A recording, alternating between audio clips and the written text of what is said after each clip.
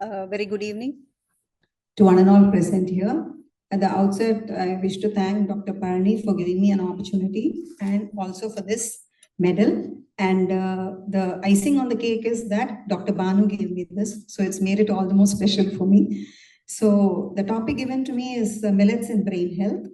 And probably it is not anything new, but we need to remind and reiterate that millets are important.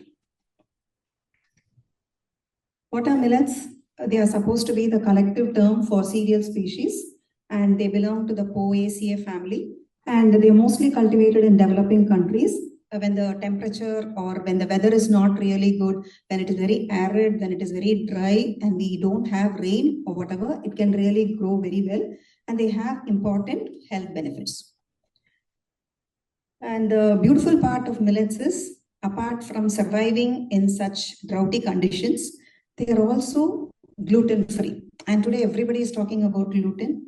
And even in our subcontinent, India, we have a lot of patients who are allergic to gluten. So this can serve as a wonderful part of their diet actually. And it is highly nutritious with good quality proteins, carbohydrate, especially non-starch polysaccharides, plenty of polyphenols and plenty of antioxidants and fiber as well. And the best part about these grains are you can store them. You can store them for a long time. You need not have to be worried about any kind of insect damage or whatever. And basically, millets were supposed to be the staples in India. And for some reason, best known to everybody, they were pushed back to the background, and especially during the post-green revolution. And it was called the lost crop. The reasons were many. It was because we started finding out newer agricultural practices, post-production, grain production, productivity, high-yielding varieties of wheat and rice. Somewhere along the line, we pushed the millets out into the background. And millets are not only cultivated in India, all over the world, especially in Turkey, Western Europe, and United States. But as I understand, they still use it only as a feed, actually, animal feed or a bird feed. But anyway, what is the current scenario now? Despite the prominent nutritional qualities, they have received less attention than the major cereals. And it can play, especially in countries like Africa and Africa and Asia, they can play a big role in food security because they will grow in any dry condition. And now they are gaining prominence in Europe and America because of their gluten-free and hypoglycemic properties. And the government of India, to encourage production and consumption of millets, wanted to declare, actually, they notified the millets as nutri-cereals in April 2018. You have everything over here like sorghum, pearl millet, finger millet, which is your ragi, then your kambu, cholam, so many of them. And they also added two pseudo millets, that is the buckwheat and the amaranthus. This was also added. And we celebrated the International Year of Millets in 2023. It was proposed by the government of India to the UN, and we wanted to celebrate this year of millets.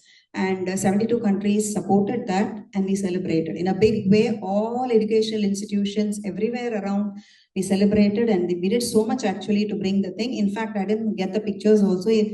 Millet recipes were featured in your G20 meetings also. So now when you talk about millets, just a very short introduction. Based on the size of the grain, as it is, they are very small. They are smaller than the cereals. But these millets itself, you can classify into two types, large and major. The large ones are your cholam, kambu, ragi, tinai, and panivaragu. The small ones are the varagu, kudravali, kulasamai, and samai. So these are the millets. I think most of us, we would have had these millets sometime in our life. And now we have started including in our diet. Types of millets, these are the vernacular names given for millets.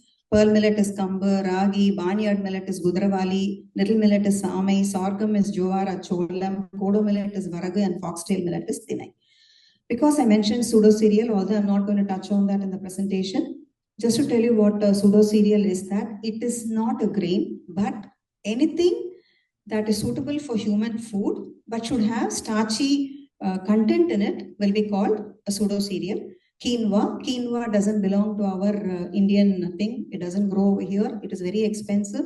If we can afford it, we can buy. Otherwise, your buckwheat and your amaranth, they grow over here in India, and These are also being promoted. In fact, the Tamil Nadu government has asked most of the PDS shops to distribute millets, to popularize them, and to get them to eat also. This is quinoa. They all look alike actually. When you look at them, they're all small. Quinoa, amaranth, and buckwheat. Buckwheat is otherwise known as maran godume. And today buckwheat has found so much of importance or so much of significance because people are baking. If you want to bake a cake, you need wheat flour, and wheat flour contains gluten. So if you want gluten-free cakes, buckwheat is the answer. So I'm just going to shortly go through the benefits of mighty millets. One thing is nutrition security, because they are rich in fiber, they are rich in carbohydrates, they are rich in protein, they are rich in vitamins, they are rich in minerals. They serve as an excellent source of nutrition. Nutrition security can be definitely achieved. That's the main thing over there. And why millets, like when you compare millets and cereals, the nutritive value is the same actually. When we go through, I'll just tell you. So yet in spite of that, why we are pushing for millets is because it is a sustainable crop. In the sense, when there is drought, no water, still they will grow. And they store well also. That's why they become so important.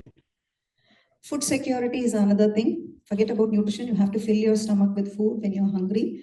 So the same reasons what was explained for nutrition security is the same over here also. Because rice and wheat are the staple food in large parts of the globe. They are water intensive. Without water, you cannot cultivate, especially rice. It guzzles a lot of water.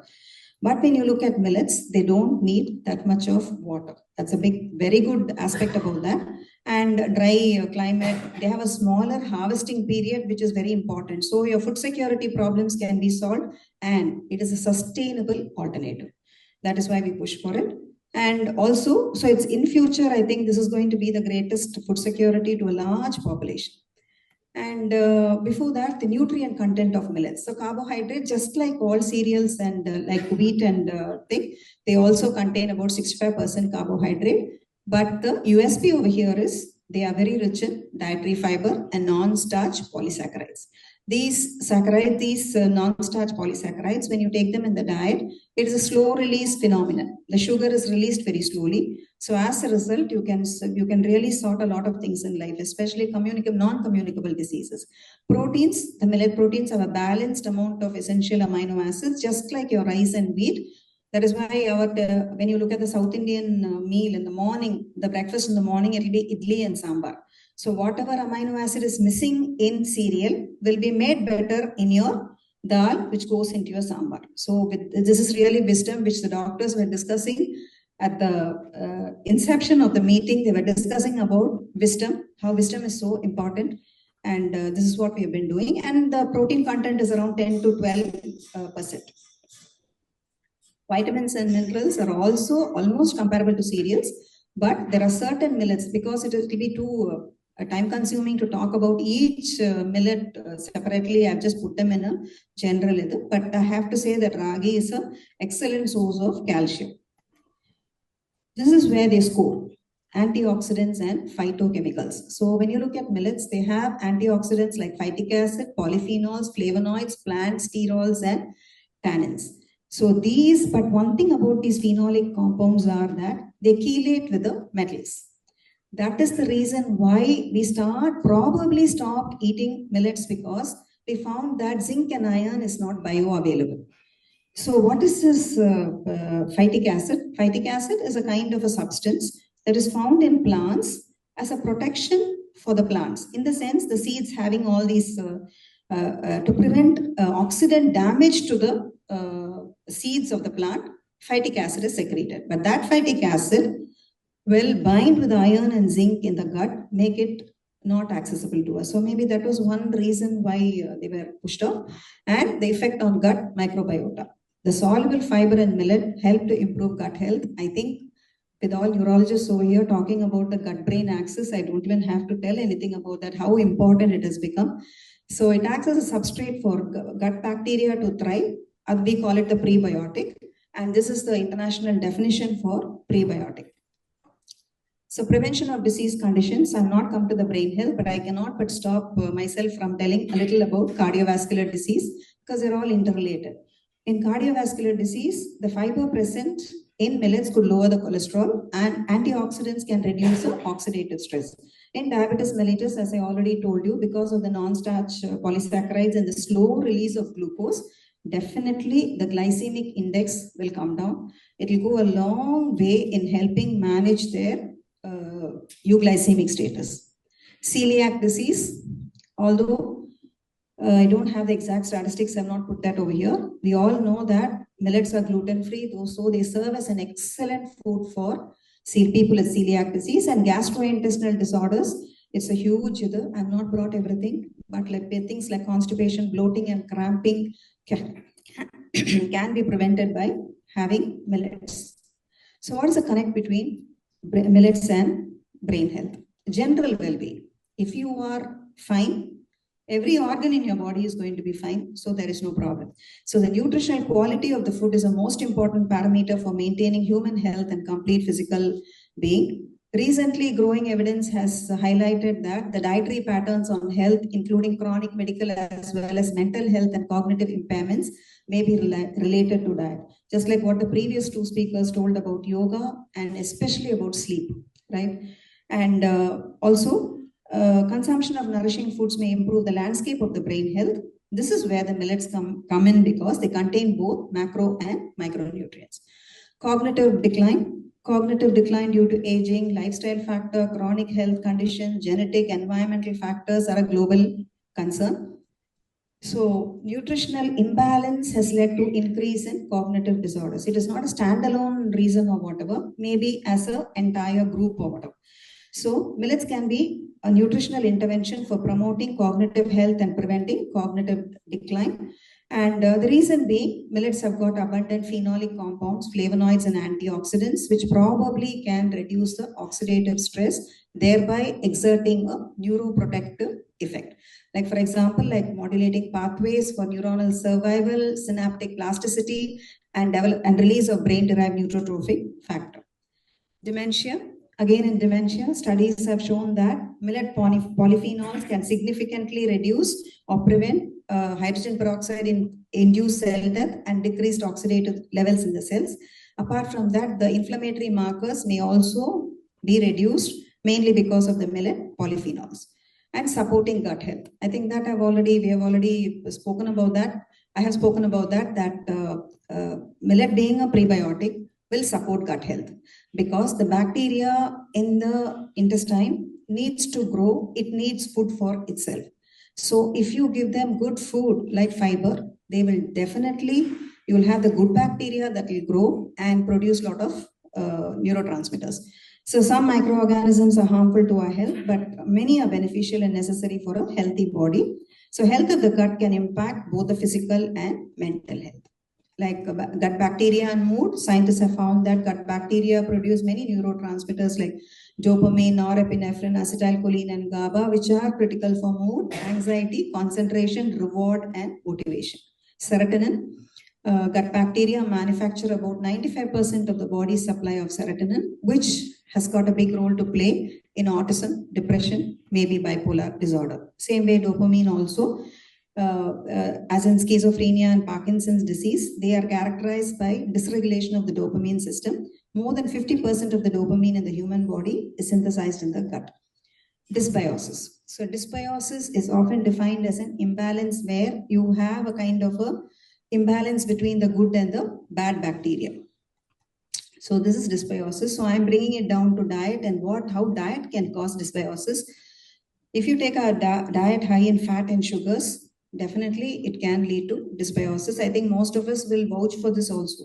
Constantly eating out, constantly eating sugary foods, how you don't feel very normal at all. And low in fiber. So low in fiber, this is where I thought I'd make a fix with the millets. So millets can act as a prebiotics, include them in your diet. The dietary fiber is several times higher than most of the staple cereals. It's not as if I'm trying to push or downregulate wheat and rice, but we need to look at things in a different perspective. And dietary fiber can act as a prebiotic and help in the growth of a healthy gut microbiota. It's true that we eat curd daily. We never miss curd, especially in most parts of India. Either it is mixed with rice or you take them as a dessert. But still, you need to give, that is the live bacteria you're taking, but you need to feed that bacteria. You can feed them only with foods like dietary fiber. So dysbiosis is a neurodegenerative disease. I'm not going too much into it. ALS, people have found that gut microbiota could have a role to play. And when I read that study, it was quite strange. In some cases, there is dysbiosis even before the inception of the disease. In some cases, there was dysbiosis post the disease. So this is one area where we can really research and find out whether millets per se, not given as any kind of supplement, like for example, choosing that short chain fatty acid and giving it as a supplement, can we include millets in the diet? Definitely the quality of life should be better. Parkinson's disease also is a neurodegenerative disease. I mean, talking to neurologists. Anyway, there is gut dysbiosis here also. And so the reason what they say is increased intestinal permeability, neuroinflammation, increased oxidative stress, and decreasing neurotransmitter production. Dietary modification may help. Alzheimer's also, they seem to have a, the gut bacterial assembly seems to be changed. And the short chain fatty acids are formed when you take fiber. The bacteria act on them and they produce the short chain fatty acids like the propionic acid, the butyric acid, and the acetic acid. These SCFAs in the gut, they seem to have various neuroprotective roles.